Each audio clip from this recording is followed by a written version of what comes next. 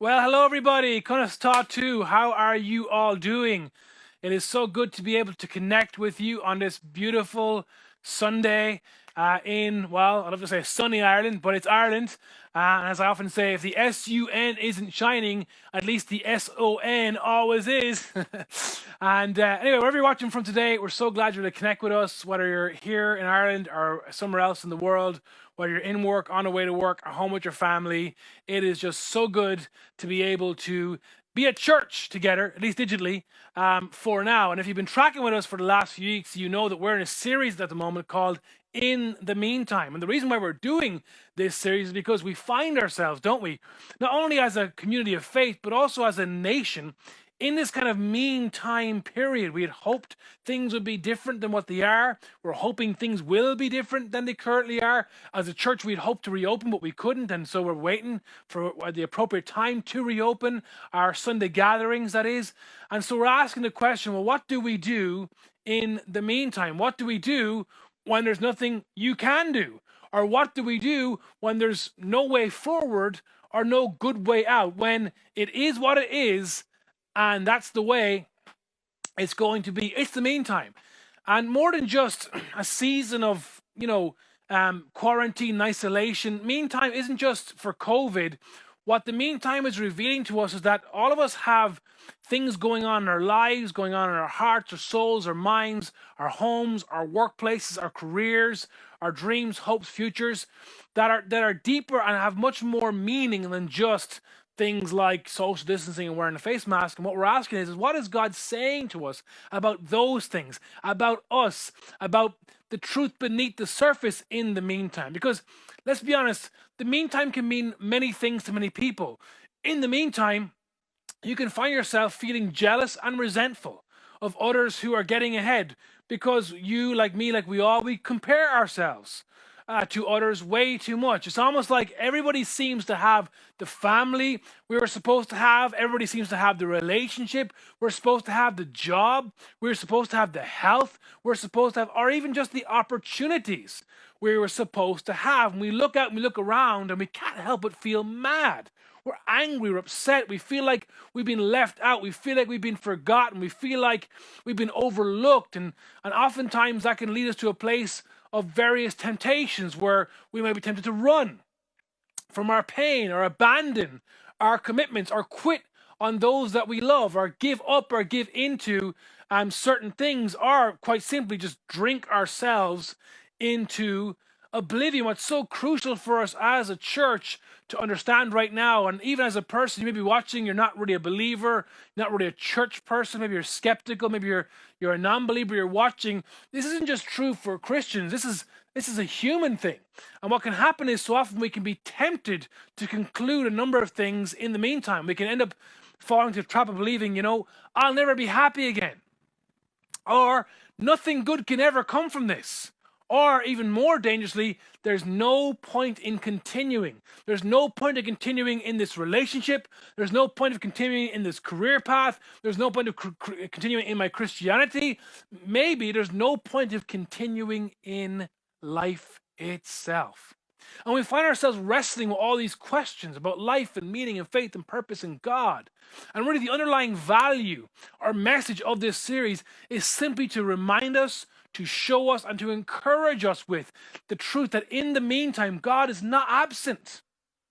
In the meantime, God is not apathetic.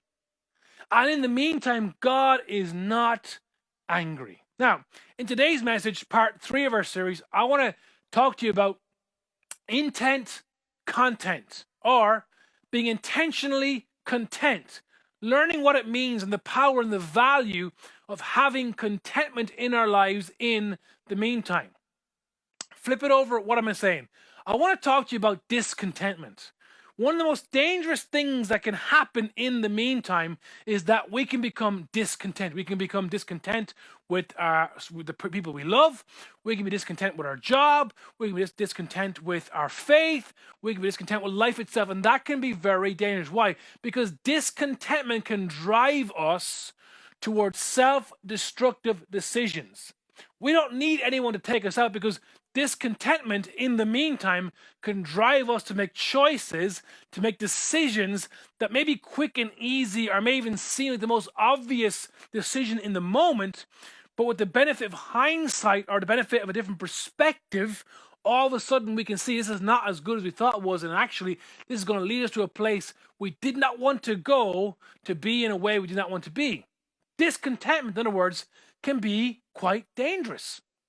I understand, because I'm human and I'm going through this thing just like you, and just like you, I have my own things I'm working on, and the added pressure of COVID-19 and face masks and uncertainty with jobs, and all the pressures and the social distancing and the economic uncertainty. These things just compound on us and can drive us into deeper and deeper and deeper levels of discontentment, and that can be dangerous. So today what I want to do is I want to look at a particular portion of scripture, as we're going to see in a second, and ask the question, what does God say to us? What can God say to us? What truth is there in his word that could encourage us and help us in the meantime to be content and to make wise decisions? Well, last week we looked at the Apostle Paul, and we talked a little bit about his struggle, about his thorn in the flesh, and how he was going through this pain, but it had a purpose. That God hadn't abandoned him. God wasn't apathetic towards him. God wasn't angry with him. But that this season that he was going through of pain would result in his good and God's glory. I want to go back to Paul for a second in today's message, because Paul is an amazing Christ follower. He's an amazing story. He's amazing. He's an amazing influence on our Christianity and on the entire Western world. But I want to look at another element of his life, another time season he went through. And again, if you've never read the book of Acts, let me encourage you, read the book of Acts. I mean, just download the Bible app by YouVersion. Go ahead, jump into Acts. And again, all of today's notes are there, message notes in the Bible app. Click on more, click on events, click on Lighthouse Church Navan, Dublin, and all of today's notes are there. But like, the Apostle Paul's life was by no means easy. And despite his thorn in the flesh, and despite being repeatedly abandoned and being betrayed and going through, public humiliation, beatings, being robbed, being thrown in prison, despite all these things, somehow the Apostle Paul remained faithful to God's extraordinary purpose on his life. And that's part of the reason why we're still talking about him, because God didn't quit on him, but more importantly, he didn't quit on God. Now, despite all the amazing things the Apostle Paul accomplished, the Apostle Paul ultimately ended his life in a prison in Rome. Okay, you can find it in the book of Acts. And from the prison in Rome, Paul wrote a number of epistles that are called the prison epistles. The book of Ephesians, the book of Philippians, the book of Colossians, and the book of Philemon, or as our American friends say, Philemon. And essentially, Paul didn't know, when Paul was writing these epistles, Paul didn't know he was writing epistles. As far as Paul was concerned, he's in prison. There's a lot of things he can't control. There's a lot of pressures and things working against him that he can't change. And so it's almost as if he was thinking, what can I do in this meantime season? And so he decided to take what he could, what was available to him, pen and paper, or the equivalent, first century equivalent, and he wrote letters, okay, like emails, like messages. And the reason why the letters are called Ephesians is because this letter was written to a church in a city called Ephesus, and people from Ephesus were called Ephesians. Philippi, people from there were called Philippians. Colossae was a city, people from that area were Colossians, and Philemon was an individual. And what's so interesting is Paul had no idea, he couldn't have even known, that as he was writing these letters in prison, that they would become epistles that would form part of our New Testament and be used by God not only to shape church culture, but indeed to shape world culture. So much of the legal normalities that we have in the Western world come from a Christocentric point of view, much of which was actually formed by the pen of the Apostle Paul. But is it so interesting that when he was in prison, when he was in his meantime season, there's no way he could even begin to have known how in this meantime season things like this hung in the balance. I mean, he was just doing what we should do. And maybe it's a good encouragement, even though it's not part of the message. Maybe it's a good encouragement that when you find yourself in the meantime time, look around and ask yourself, even though I can't control my circumstances, what can I do to help some people? What can I do to encourage some people? What can I do to bless some people? In Paul's case, I can write some letters to encourage and strengthen and bless the brothers and sisters in these areas. Why? Because let's be honest, it's so easy, isn't it, to be in prison. Whether it's a metaphorical prison, a spiritual prison, an emotional prison, a financial prison, or a physical prison, and throw rocks, criticize, blame people, ask the question, why am I here, not them? God, where are you? It's so easy to fall into that downward spiral of discontentment. But the Apostle Paul chose not to do that. He adopted a different perspective. Rather than seeing what he couldn't, rather than looking at what he couldn't do, he sought to what he could do. He put his pen to paper and he penned these wonderful letters that now inform and shape our faith and the world. That's a word for someone today. Now, what I want to do is I want to look at one of these epistles in particular, the book or letter to the Philippians, and I want to look at what the Apostle Paul said to that church to encourage them from his prison cell as it pertained to discontentment and what God is saying to us. We're going to look at Philippians chapter 4. We're going to look at verse 10, and we're going to look at 3 verses all the way through to 13. Again, Paul wrote this letter to encourage the Philippians. What's so interesting is that some scholars call this the joy epistle, because more than any other letter in the Bible, the word joy is mentioned so many times, which that seems okay until you understand, like I've explained to you, the dichotomy or the apparent dichotomy, the fact that Paul was writing this letter from prison.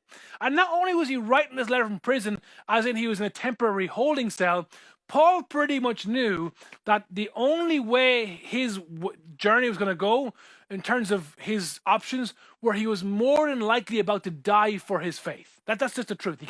He knew that ultimately where this path was taking him was to the end of his life. Yet somehow he's able, even though everything is working against him on the outside, something's working for him on the inside that caused him to write this letter from prison to free people and say, hey, we can rejoice and be glad in the Lord. Amazing. But in verse 10, he says this. In fact, he actually used the word rejoice.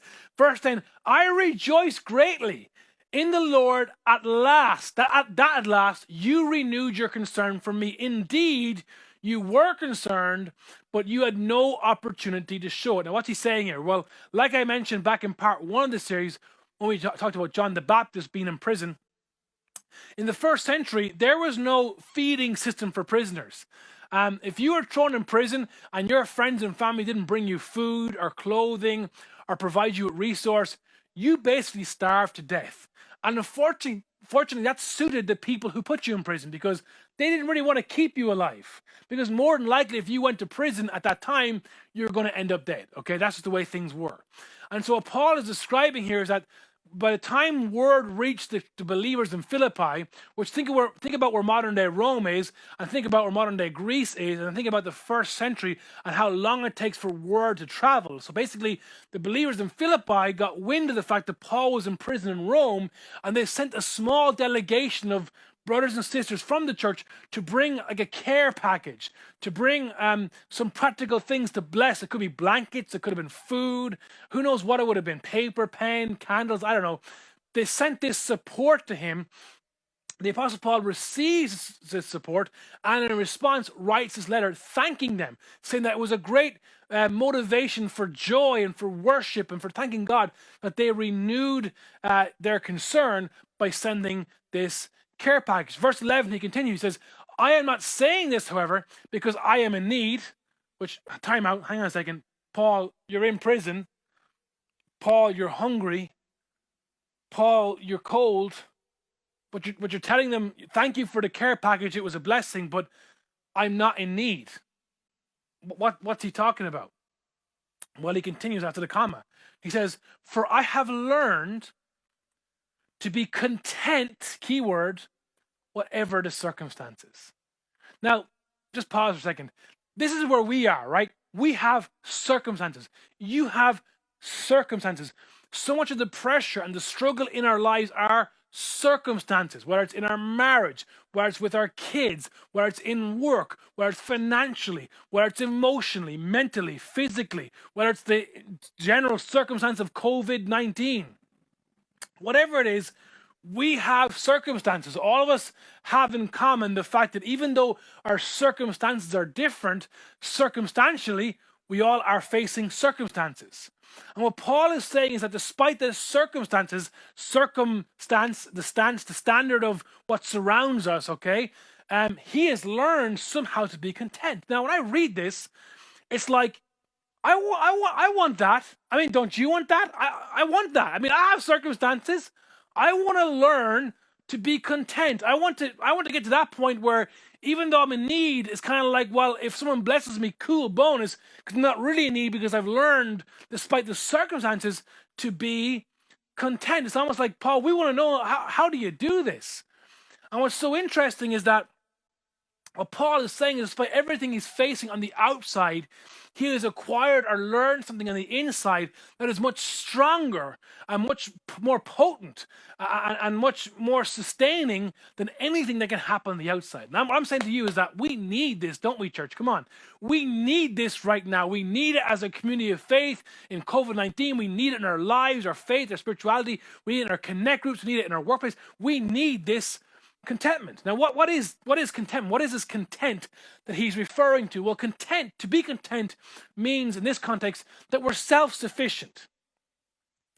When he says, thank you for your gift, but I'm okay, because not need, what he's referring to in this context, okay, is that I am self-sufficient. I have what I need. Even though I don't have what I need, ultimately I have what I need, which is really, really crucial. In other words, something inside of me will dictate my response to everything outside of me.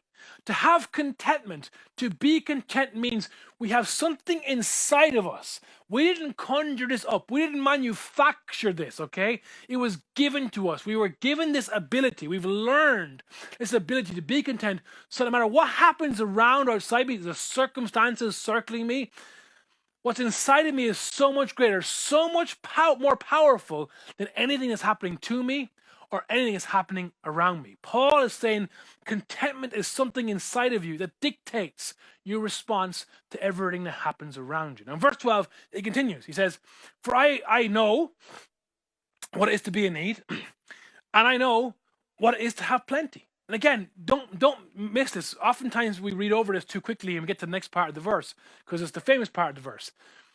But this is huge. Why? Because Paul is saying, on the one hand, I know what it is to be in need. And again, read the book of Acts, read 2 Corinthians. I mean, Paul was beaten, he was flogged, he was whipped, he was shipwrecked, he was hungry, people attempted to murder him a number of times. I mean, this guy knew what it was to be in need, hunger, starvation, nakedness. He went through it all. But at the same time, because many of us, we, thank God, don't really relate to that, what we can relate to is the second statement, to know what it is to have plenty. See, on the one hand, Paul knew what it was to be naked and hungry and imprisoned, but at the same time, Paul came from probably a background of wealth and comfort and resource, and so he kind of experienced both worlds. And what he's saying is that in his time of plenty did not corrupt his soul to the point that when the plenty was taken away, that he capitulated. This is so important for us right now. Listen carefully.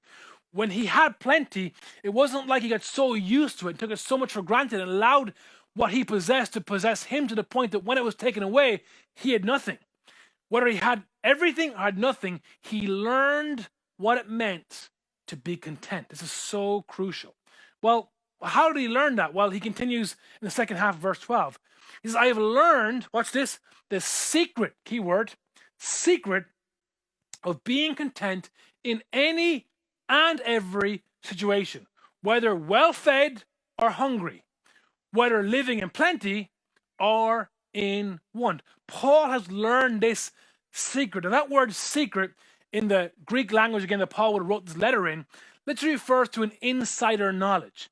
You know when you get a job and you join a company and they have insider knowledge, there's certain things that only those on the inside know, or perhaps it's insider language. I remember many, many years ago when I used to be a manager of a retail store. When I first joined that company, one of the first things I learned about as a salesperson was what they call IPTs. It was almost as if they were trying to say to us that in the long run, IPTs were more important than the value of a product. Meaning, as a salesperson, I could sell a €100 piece of product, but an IPT was an item per transaction. In the long run, the more things I sold to one customer usually meant in the long run the company made the money. So it wasn't just about selling something that was expensive, so trying to get one person to buy multiple things. Okay, again, I never knew that. You're not aware of that. Now next time you walk into a shop and you want to buy something and someone's trying to sell you other things, that's why they're doing that, because it's called IPT. In our families, we have insider knowledge, we have insider language. Even in the church, sometimes we're not careful, we can develop an insider knowledge, insider talk, and people from the outside try to come in and don't get it because it's all insider. Well, this secret Paul is talking about is like this insider knowledge. He's learned what it means to have this contentment. He's learned this secret. He's learned how to be, despite being in plenty, want, hungry, well-fed. He's learned what it means to be content. And again, when we read this, we go, well, can I learn this secret? I mean, come on, how do you want to know the secret? It's like, we don't know. How do we do this? I mean, we're struggling here, Paul. I mean, come on, we're really going through a tough time. We would love to know this secret in this time of COVID-19. But before we kind of reveal what that is, let's just pause again, take a time out and ask the question, what's hanging in the balance here? I mean, what's at stake of this secret knowledge? What's at stake of Paul's decision? I mean, think about it for a second. What if Paul hadn't learned the secret of contentment? What if Paul hadn't had that revelation in prison? What if Paul's story had have spiraled down into discontentment and bitterness and hurt and resentment and unforgiveness? What was at stake? I mean, what hung in the balance of Paul's obedience to God's extraordinary purpose for his life? Because even though Paul's in prison in Rome, God actually warned him this would happen as part of his calling. Like when God called Paul, and for some of us it's hard to stomach, God basically said that the result or the price or the meaning of his calling was that he would have to suffer to be able to be his messenger. And that's tough. So it wasn't like Paul was surprised. So Paul knew this. Paul knew what he was getting into when he committed his life to following Jesus. But what hung in the balance if he disobeyed? What if he gave up? What if he quit? What hung in the balance of his endurance? What hung in the balance of his not being able to be content in all circumstances? What hung in the balance of Paul's meantime? Paul is going through this meantime season again. Not just once, not just with the thorn in the flesh, but now he's also in prison. And maybe they're overlapping meantime seasons. Maybe he's a bit like Kildare, Laois and Offaly, who've been through quarantine, come out of quarantine, now back in quarantine. It's like, whoa, like it's mind-blowing. It's like, man, I got this thorn in the flesh and now I'm in prison too, And it's so easy, let's be honest, just this downward spiral into discontentment, bitterness, rage, anger, unforgiveness, hurt, and to turn our backs on God's purpose, to turn our back on people that we love, turn our back on the future that we've been given. What hung in the balance of Paul's meantime? What's so significant is, well, let me just describe it this way. Fast forward the clock some 1400 years to the year 1450 when Gutenberg invented the WordPress and basically started to mass produce literature. Now, this is a massive, massive moment in human history, as now, rather than handwriting every single book, we now have a machine that can mechanically reproduce pages of words at a rate never seen before. And again, this in part led to the Renaissance, which helped form the Industrial Revolution, which is the reason why most of us have smartphones, okay? Very quickly run through history there. What's the very first thing? I mean, if you invented this incredible piece of machinery, this incredible piece of technology, what's the very first thing you print? Well, of course, the very first book printed in history was the Bible, of which the New Testament is a huge part of the Bible. You can't really interpret correctly the Old Testament without looking at it through the lens of the New. Okay? You can't understand what God's will, heart, and nature is in the Old without seeing it through the perspective of the person of Jesus. Otherwise, it just looks like God is very angry all the time in the Old Testament.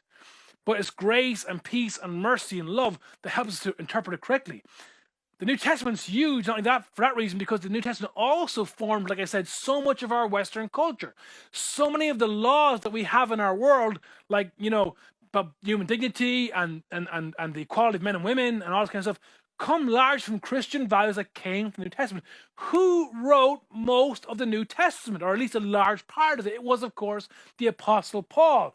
So back to the question, what hung in the balance of Paul's obedience, of Paul's endurance, of Paul's remaining faithful in the meantime season? And the answer is a lot. For example, the church, you and me. For example, a lot of Western culture. For example, a lot of things that we hold valuable as important, God-given, inalienable rights. So much of that would not have come to us if it wasn't for Paul. And again, Paul didn't know this. I mean, none of us know this.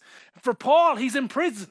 For Paul, he's forgotten about. For Paul, he's abandoned. For Paul, he's got a thorn in the flesh. For Paul, he's like, God, are you angry? Are you apathetic? Are you absent? Paul couldn't understand that in his meantime season, what hung in the balance would literally lead to the transformation of millions of lives across hundreds of years. And the same way he couldn't know, we can't know either. What's so important is for us to understand is that it was his response to adversity that gave him and his message credibility. It's because he stood fast. It's because he didn't downward spiral of discontentment. It's because he was faithful. Not perfect, but faithful. It's because he endured that his message, his life, his legacy has credibility. Now watch this. It's really important. Focus in on me here, because now I want to apply it to you. The same is true for you. Your response to your adversity gives you and your message credibility. Your response to this meantime season, your response to the challenges you're facing at work, at home, internally, in the world with COVID, our response, my response to our adversity, all our circumstances shape and determine the credibility of our life and our message. If you want to be a person of influence, if you want to be a person that people listen to, if you want to be a leader that commands respect, an employer, a boss, an artist, a creative person, if you want to be anyone that's worth remembering, how you face the meantime season, who you become in the meantime season will either add to or take away from your credibility. There's lots of people in history who are amazing and genius and gifted and creative and did all these great things. We don't talk about those people. They don't influence us. They don't have an influence on our lives. Why? Because their life and message lacked credibility. If you, like me, want to be a person who lives our lives according to God's extraordinary purpose, who steps into all that God has for us, who leaves a legacy, who makes a difference, who helps people's lives get better, then how we respond, who we become in our moment of adversity determines how our lives and our message will be heard, received, and accepted or rejected based on our credibility. Paul's life is an incredible inspiration to us all. Now, back to the text. So what is the answer? What is the secret? What does Paul learn? What is the secret knowledge that allows him to be content despite all his circumstances? And of course, the answer, very well known verse, in verse 13 is simply this. I can do all this through him who gives me strength. Now, let's break this down for a second.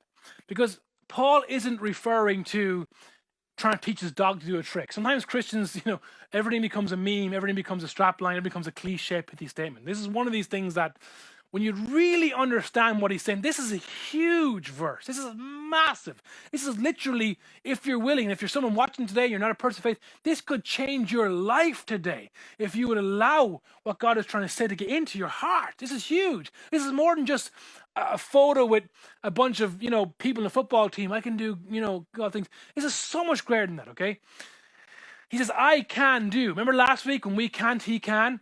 I can do the things that I can't do, the pressures, the challenges, the adversity. When I come to the end of myself, all the things I can't do by myself, with him, I can do these things.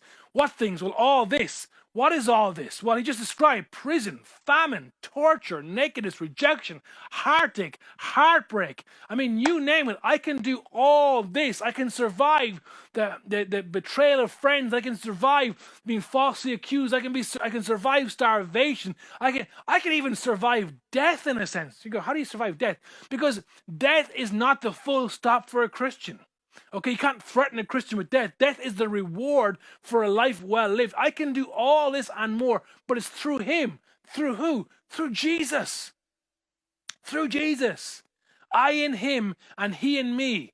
As I surrender my life to him, as I give my life to him, I can do this through him who gives me strength. What strength? Whose strength? He gives me his strength. I can do all things through him who in me gives me his strength to stand up under all the pressure, adversity, confusion, turmoil of my circumstances in the meantime. This is good news, people. This is the secret that Paul was talking about. Why? Because strength isn't just physical. Strength equals power. Paul is saying that God gives us power to stand up in the meantime season, to remain obedient, to endure, to remain faithful, to see through the plans and purpose that he has for us despite all of our opposition. Power is the personal resource that's required to endure and press on anyway. Struggling, man, with life and my mental health and the marriage and work and finances and college and all these things. Man, what am I going to do? How do I do this? I just can't continue. Yes, you can, but not in a Ishvader Lane Obama sense, but in a Christ, the hope of glory sense. Because if Christ dwells in you, greater is he that is in you and in me than he who is in the world. Power is the personal resource. We don't create it. This isn't a self-help message. It comes from having a relationship with Jesus. It comes from having a surrendered heart, a surrendered life, a life that is following him. We have this personal resource that gives us the ability to endure and press on anyway, in spite or despite what's in the way. Like I said last week, when we can, he can't. If we're self-sufficient in of ourselves and there's no need for God, then God can't intervene because he's not going to come in and step on our toes and get involved in our life. But when we come to a point where we can't, the promise is he can. And very often he will. This power that Paul is talking about, this power, this strength that we can have in our lives, it's an internal strength. It's almost like if I take a bottle of Coke and I put it on an industrial press and hydraulic press and I press it down, the Coke is destroyed. But if I fill that Coke bottle with concrete or something much more robust, I drop that press, but it can't break it. Why? Because even though the bottle is still made of plastic, even though the bottle can be crushed in my hands, what's in it gives us an ability, an endurability, a strength not that in of itself didn't have, that allows it to stand under pressure. Paul said when you're full of the Holy Spirit, when you're full of God, when Jesus lives in your heart, there is a strength, there is a power, there is a depth, there is an ability that goes beyond physical means that allows us to stand up in the face of circumstances, adversity, opposition, COVID-19, and protects us from the downward spiral of discontentment. Why? Because discontentment can drive us towards self-destructive decisions. Maybe you're single. You're tired of waiting for the right person. If you think, you know what, I'll compromise. You get tempted to take a shortcut, but you know that by doing that, it's going to cost you the rest of your life. You're miserable at work and you're angry because things aren't going your way. Because you don't like your boss, because you don't like what you do, because you don't want to do what you're doing, because it's not fulfilling you or leading you to the place you want to be. You're pregnant, you're scared. You're wondering, if I had this baby, will my life be over? You're also wondering maybe what kind of world is this baby going to be birthed into, and who will take care of it, and how will I do, and how maybe you're a single mother or a father or whatever, or maybe you're struggling financially, and you're wondering, you're scared, or maybe you're unhappy at home. You're tempted to run. You're tempted to run away from your parents. You're tempted to run away from your spouse. Maybe you're tempted to run away and just end yourself because you just cannot take all the pressure. Let me encourage you, church. Let me encourage you the life and legacy and message of Paul. Listen carefully. You have no idea. You have no idea what hangs in the balance of your obedience. You have no idea what hangs in the balance of your endurance.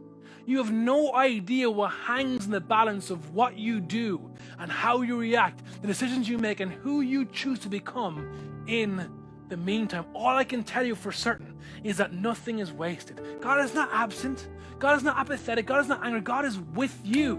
And this pain has a purpose for your good and for his glory. God's extraordinary purpose is before you.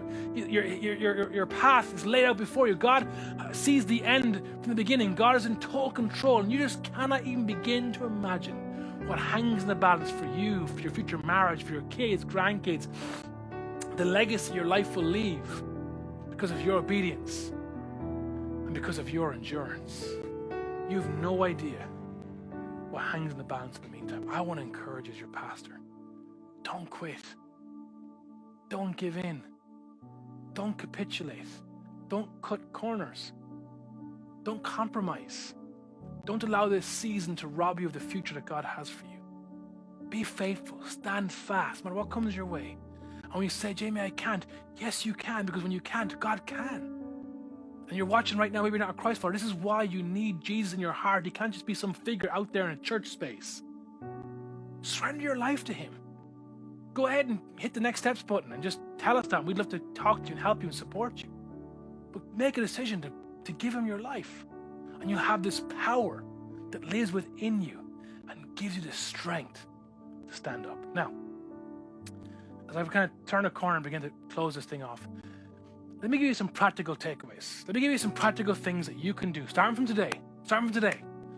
When you're watching this in an 11 o'clock service, 7 p.m. service, something you can do today, okay, to help you already take some steps toward experiencing the power of contentment. Number one, every morning, when you get in the morning, roll out of bed, get on your knees, stand up on your feet, I don't know what you want to do, and just simply pray. I can't. It's not a great declaration. It's not a great way to say today. I can't. I mean, in a world where everyone's like, yes, I can do this, I'm so gifted in technology, I'm running and going, how refreshing is it to be able to say, good morning, world, and I can't. You can't what? I can't. Today I just can't. I can't. But you can. I can't. Oof. All the pressure's off. But I'm not going to give up. Why? Because you can. Every morning pray, I can't, you can. And I can do all things through Christ who gives me strength. Every morning, even just for a week, for 7 days, just see what happens. Just for 7 days, very simple prayer. Pray this prayer. Every evening, and number two, second of all, every evening, simply pray this. Lord, let me rest in the certainty of your faithfulness and teach me the secret of contentment. The last thing before your head hits that pillow every night shouldn't be Instagram or Facebook or a message. You can do it before, but the last thing is a simple prayer. Lord, let me rest tonight in the certainty that you have everything in control, and that you are faithful. You're not absent, you're not angry, you're not apathetic. And teach me the secret of contentment. Let me finish with a story. Pete Greig wrote a book recently called The Vision and the Vow. And in the book, he tells a story of a well-known art critic who visited a famous art museum in London.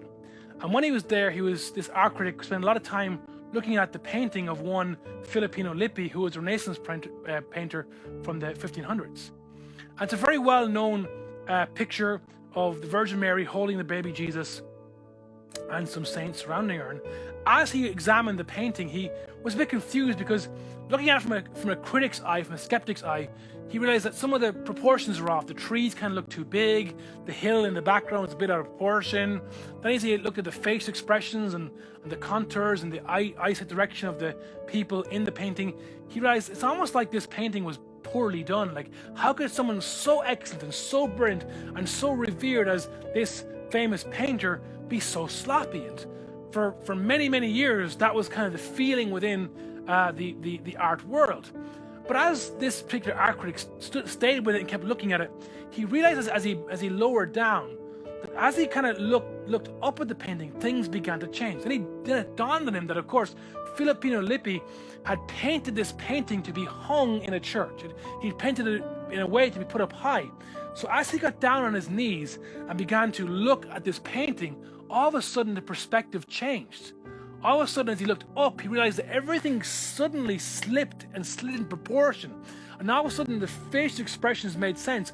And all of a sudden, he could see that the focus was on the baby Jesus. And all of a sudden, he realized that the purpose of this painting was to inspire worship. Here's a picture of the painting. It was to inspire worship. The purpose of the painting was to remind us that to understand the clarity of what's going on, it must only be seen from our knees. It's so interesting that we live in a time where we're looking at a picture and things seem to be out of proportion, distorted, not making sense. It's almost like, is God making a mistake here? Is God absent? Was he not really paying attention? Is he angry? What's going on? And it's almost if we can look at the very same thing, but from a perspective of discontentment, angry and bitter and upset, or from an attitude and posture of worship, and find power and hope and rest for our souls. Let's be a people who are intent on being content, and may Christ's power live in you and give you strength to stand up. In Jesus' name I pray. Amen.